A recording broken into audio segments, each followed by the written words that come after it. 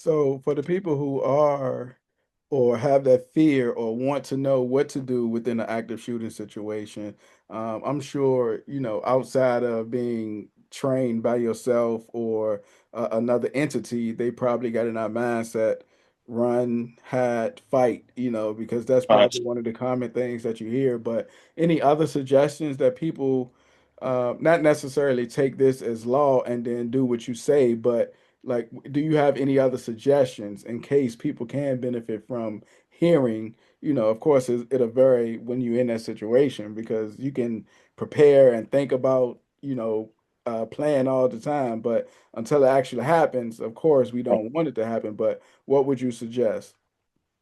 Man, I go back to like I've always I teach my team like same way when I was running the SWAT team, same thing. You got to run scenarios and you got to prepare for it. So when I go to restaurants, I never sit with my back to the door. I walk in, I'm already looking for exits.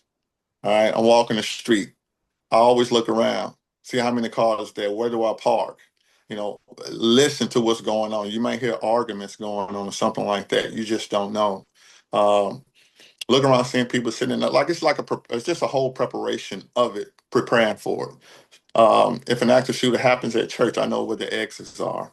If it happened at a restaurant, again, I know where the exits are, and I never have my back to a door.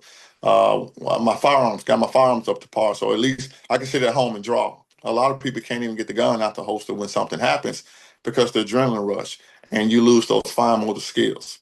So now I'm at home practicing on my draw. I'm practicing on my draw. Got to at least get the gun out. And some people can't. I mean, even you have professional law enforcement officers that can't get their gun out fast enough because stuff can happen so fast, and they're not training themselves to do it.